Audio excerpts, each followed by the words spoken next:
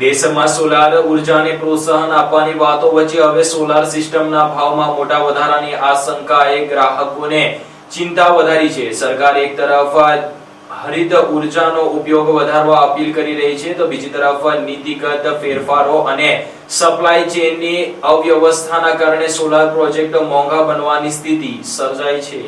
Solar ઉદ્યોગ સાથે સંકળાયેલા સૂત્રોના જણાવ્યા અનુસાર પેનલ ઉત્પાદકો દ્વારા પૂરતો સપ્લાય આપવામાં ન આવતા બજારમાં અછત જેવી સ્થિતિ સર્જાય છે। દરમિયાન સરકારે નોન ડીસીઆર સેલના ઉપયોગ પર પ્રતિબંધ મૂકતા હવે ડીસીઆર સેલનો ઉપયોગ ફરજિયાત બન્યો છે।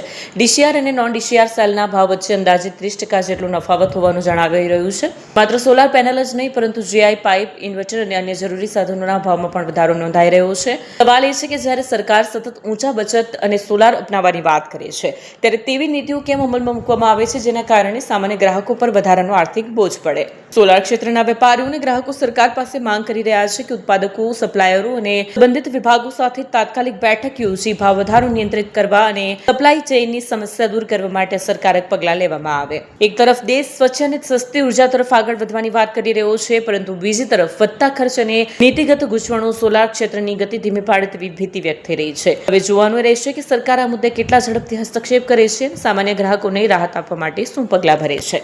અત્યારે જે માર્કેટની અંદર સોલાર સિસ્ટમની એકદમ હાડમારી, મટીરિયલ ન મળવું, બીજા નંબરમાં કે ગવર્મેન્ટની એક પોલિસી આવી રહી છે કે નોન ડીસીઆર પેનલ ન લગાડવી અને ઇન્ડિયામાં બનાવતી જ મટીરિયલ એટલે કે એ જ સેલ વાપરવા, ડીસીઆર સેલ। હવે ડીસીઆર સેલ અત્યારે કોઈ કંપની આપણને સપ્લાય કરી નથી રહી એટલે કસ્ટમરને આપણે શું આપવું, કઈ રીતે આપવું એ જવાબો આપવા પણ મુશ્કેલ થઈ રહ્યા છે। એની સામે બીજું કે સારી મોટી કંપનીઓ આજે અદાણી છે, વારી છે, એ કંપની અત્યારે હજી અમને કમિટમેન્ટ પણ નથી આપતી કે અમે ક્યારે મટીરિયલ આપીશું। એટલે કે માર્કેટમાં બહુ ખોટો એક મેસેજ જઈ રહ્યા છે કે આ સોલારનું કામ આગળ ક્યાં ભાવે કરવું, કઈ રીતે કરવું, શું કરીશું, કેમ કરીશું, આ અનેક કારણો ઊભા થયા છે અને આજે સપ્લાયરો બધા જ અટવાઈ રહ્યા છે। એની સામે જીઆઈ પાઇપમાં લગભગ 20-25% વધારો છે, ડીસી કેબલની અંદર 20-25% વધારો છે, ઇન્વર્ટરમાં 20-25% વધારો છે, એસીડીબી ડીસીડીબીમાં વધારો છે, પેનલમાં વધારો આવી રહ્યો છે। હવે અમે લોકોએ આજે જે જૂના ભાવના કામ લીધા છે તેનું શું કરવું એ પણ એક મથામણ ચાલે છે। તો આની અંદર કંઈક સારો રસ્તો નીકળે, બધા સપ્લાયરો અને મેન્યુફેક્ચરો એક મીટિંગ કરી અને એક સારું આયોજન કરે અને કસ્ટમરોને સારી રીતે કંઈક મળે એવું જો આયોજન થાય તો સારી વાત છે। નહીતર આ ધંધાની અંદર બહુ મોટી ઇફેક્ટ આવશે અને લોકોને સોલાર લગાવવામાં બહુ મોટી તકલીફ આવો નવો સમય રહેશે।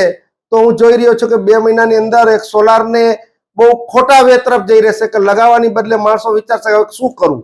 તો આનો એક રસ્તો મેન્યુફેક્ચરો, સરકારશ્રી, સપ્લાયરો બધા સાથે મળી અને રસ્તો કાઢે એવી આશા રાખીએ છીએ। અત્યારે જે પેનલોનો ભાવ છે એક જે 3.7 વોલ્ટ હોય કે 5.5 વોલ્ટ હોય એ શું ભાવે મળતી હતી અને આ ભાવ વધ્યા પછી કેટલો ભાવ વધ્યો?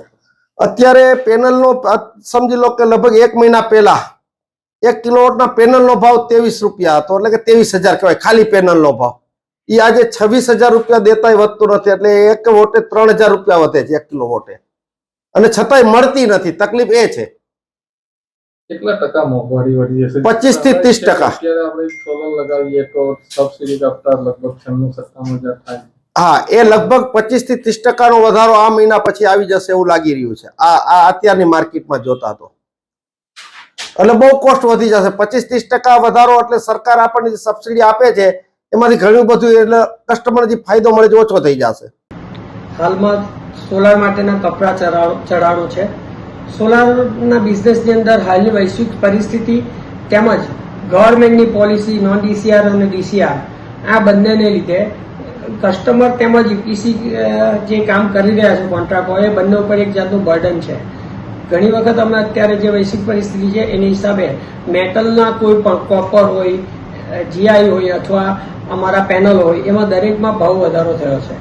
એમાં 20 થી 30% ભાવ વધારો છે અને એનું સીધું બર્ડન અમારી ઈપીસી કંપનીઓ બેર કરે અને એનું ડાયવર્ટિફિકેશન છેલ્લે કસ્ટમરો પર જ જતું હોય છે। એને કારણે પ્રોજેક્ટો લેટ થઈ રહ્યા છે, પ્રોજેક્ટોમાં પ્રાઇસ વધી રહી છે અને જે પર કિલોવોટના પ્રાઇસ હતા એમાં અત્યારે પર કિલોવોટ લગભગ 10 થી 12,000 રૂપિયા પ્રાઇસ થઈ જાય એવી પરિસ્થિતિ સર્જાઈ રહી છે. બીજી વસ્તુ કે અત્યારે નોન ડીસીઆર પેનલ જે ઇન્ડિયન મેક નથી એવી પેનલો જે અમે પહેલા એક્સટેન્શનમાં અથવા તો સોલારના બીજા કામોમાં વાપરી શકતા હતા એ ગવર્મેન્ટ પોલિસીના આધીન હવે 31 મે પછી એમાં કમ્પલસરી ડીસીઆર પેનલ વાપરવી પડે એ પરિસ્થિતિ છે. અને એની અંદર ડીસીઆર પેનલ અને નોન ડીસીઆર પેનલની અંદર 8 થી 10 રૂપિયાનો પ્રાઇસ ડિફરન્સ છે, જે અત્યારે કોઈ પણ હિસાબે કસ્ટમર અથવા એપીસી માટે ઘણી જ ચેલેન્જિંગ વસ્તુ છે. હવે એ વસ્તુ માટે સરકારે ડીજીવીસીએલમાં અમારી ઈપીસી કંપનીઓ અને ડાયરેક્ટ જે લોકો સપ્લાયર છે પેનલ મેકિંગ કંપનીઓ છે એ વચ્ચે એક B2Bની મિટિંગ કરી હતી, પણ એનું બી અમને જોઈએ એવું કોઈ આઉટપુટ મળ્યું નથી કે એને લીધે અમને કોઈ સપ્લાય ચેનમાં સુધારો આવ્યો હોય, સપ્લાય રેગ્યુલર થયો એવું થયું નથી. એટલે હાલની પરિસ્થિતિ દરેક ઈપીસી માટે ખરેખર ચેલેન્જિંગ છે.